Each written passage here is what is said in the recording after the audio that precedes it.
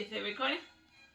Hello, my name is Teresita Blanco, the artsysister, and we're continuing with my sweet vampire Candice chapter. Chapter 8. When the brunch was concluded, Candice felt as tough as a balloon. She went to the public bathroom to stink up the place, and she was soon joined by Anya. Marlow was not a big fan of public bathrooms. He would either go at home or behind a bush. By the time Candice and Anya finished their business, Marlow had sorted out the bill and put away the scraps. From there, they tried to cross the road to return to the parking lot to get their stuff. Marlow waited a bit till there were at least 5 folks within to cross the street. They did not have to wait long. Candice asked her father, "Why did we wait? We had the light that one time, you know." Yes, but there were a lot of tourists that like to run over folks. They normally don't care if they normally do not dare if they have to run over more than one person, explained Marlow. I would think that would only happen at night, commented Candice. One of the fellows commented, "You must not be from around here, girl. You know, my mother tried to cross the street the other day, and then she got run over, and they never caught the guy." So that sounds dangerous, pouted Candice.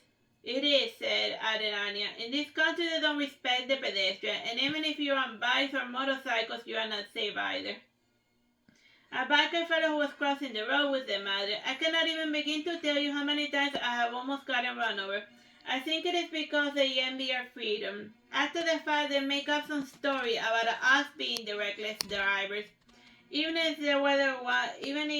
we were truly going at speed grammar, no offense. And I think Florida is just a hub for a lot of serial killers who like to run over folks.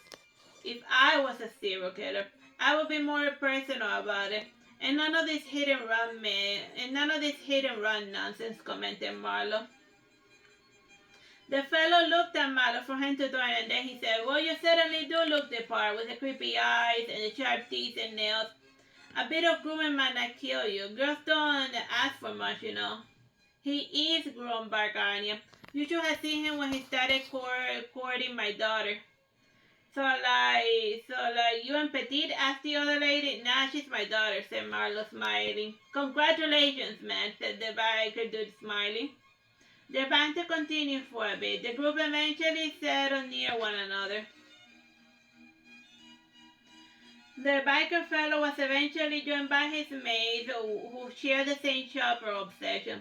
The lady whose grandma had gotten run over joined in later with her husband, and who had spent 2 hours looking for parking. Candice shared a bit of her food with the fellow, since he looked really angry. Good food lightens the mood of any person. This is at least what Candice always thought. The lady who crossed the street with Candice's party had 4 children.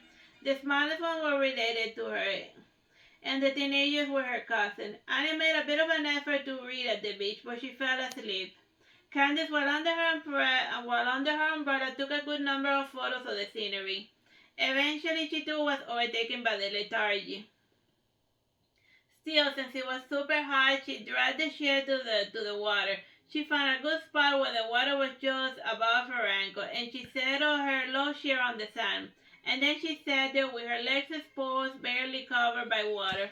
She fixed her hat a bit, and then she went to take a cat nap that lasted for 2 hours. From time to time, she would wake up to take in the scenery, and then go back to sleep. As for her father, Marlow, he went behind a bush, and then he relieved himself, and from there he turned into a pelican with golden eyes. He placed the camera inside his big pouch, and then he flew towards the other side of the beach to the Collin Avenue and the 22nd Street. As he got near the place, the smell of manure became intoxicating. Yes, he recognized the smell. It belonged to the horses. Candice awoke from her reverie when something large swam between her legs. This startled her, and she got up to see what it was. She sighed when she noticed that it was just a baby crocodile. At least she thought it was a baby. Candice reached with her hands, and she picked it up. She started petting it a little before putting it back inside the water. A lot of folks started commenting on it, and Candice dragged her chair back under the umbrella.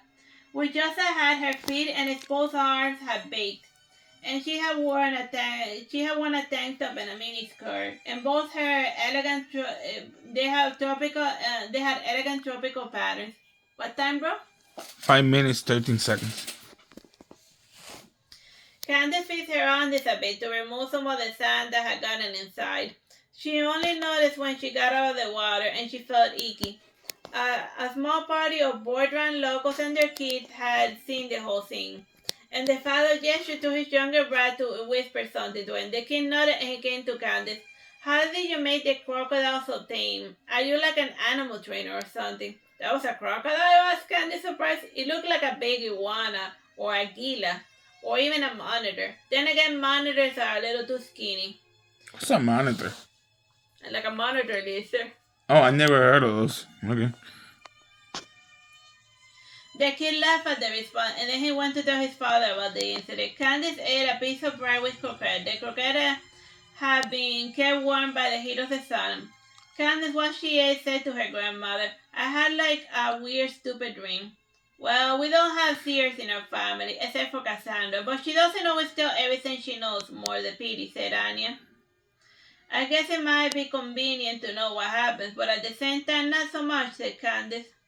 Well, she told me once that it had nothing to do with magic. She was just like a good mathematician.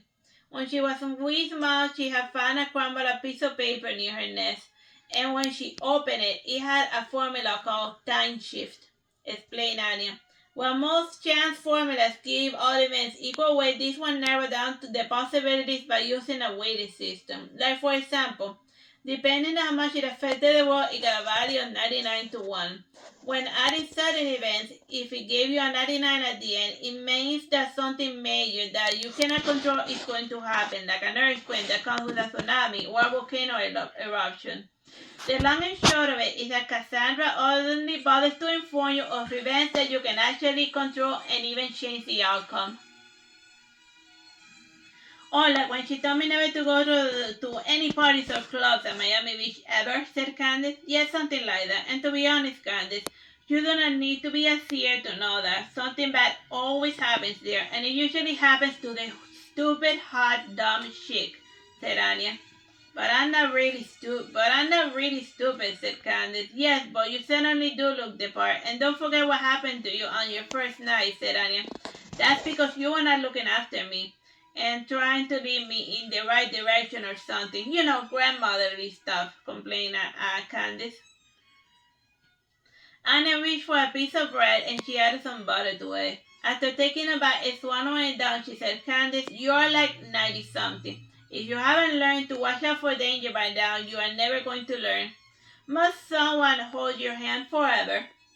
I suppose nothing is ever like the movies, sighed Candice. I think I might have to reevaluate my expectation of my life in the States. Don't get me wrong, my dear Candice. There is a reason why I still linger here. There are a great many things, and occasionally even nice people. It all depends on the social circle, and even then there are exceptions to the norm, explained Anya. She then added, about the dream you had, I don't really remember much, said Candice. Maybe it was important, you think? Well, dreams are important and unimportant. It depends really. Have you ever shown signs of being a lookout?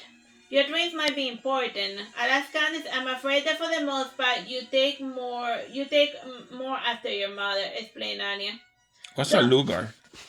There are vampires that like eat you in your dreams. Oh, cool. The Freddy Krueger vampires. Mm. Yes, they come in all types. Cool. No, it means that you never had the inclination or desire to test yourself. Your father is aware of his own limitations, but my dear Maduro, she's a kind soul who, when push comes to shove, she never has the heart to take a life. And when dealing with confrontation, she runs and hides and waits out for the storm to pass, explained Anya. So that's why she hasn't called in months, asked Candice. This is a power play, dear, nothing more. Or in layman's terms, a tantrum. It is important to draw your lines, but always be willing to make a concession or two, said Anya. Candice nodded in response. By now it was sunset. The surf had risen so much that they had to move the chairs and stuff back a few paces. While moving the item, a gust of wind took the umbrella. Candice had to run for about 5 minutes. When she caught up to it, she was quite winded and a little angry. She strangled the umbrella and she kicked it around a bit before throwing it away in pieces. Her grandmother handed her sunglasses. She told her, "Your father's eyes are showing. You need to calm down a bit. There's no need to let a stupid umbrella ruin your day." "You're right," said Candice, sitting down to rest. By now, Marlow had gotten bored of the horses and had turned back. The first thing he noticed was his umbrella in the garbage can. He asked, "What happened to it?" "Little Candice got in a fight with it," explained Anya. "Ah, a fight. You have a lot of pent-up aggression, little missy," said Marlow, grinning. He added, "I suggest some aromatherapy." "Hardy, hard," responded Candice. Before the sun fell, the trio had packed everything into the car. From there, they went to a nearby restaurant called Sazon, which meant seasoning. There they ate some nice Cuban cuisine, a great flan as well. The food took a bit to arrive, but a nice chat and a quick visit to the yard helped Candice make some room for more food. The Candice sat there on the back of the garden of the restaurant, and they enjoyed some 40s and 30s Cuban music. The food was well made, and the flan of excellent quality. Still, it was the ambience and the lazy way of the restaurant that helped ease some of Candice's nerves. By the time they headed out, it was nighttime. The family paid the bill and then went to return to the car. Candice noticed Anya and Marlow looking tense. They kept eyeing all about like a cat waiting for something to happen. As for Candice, she was staring at the lights and the music of a public stadium near the restaurant. Before she realized it, a douche had tackled her and had dragged her through the floor in an effort to take her purse. And she got mugged. Due to the fact that Candice was going through a stubborn phase, she did not let go. The robber proceeded to kick her in the face with his boots.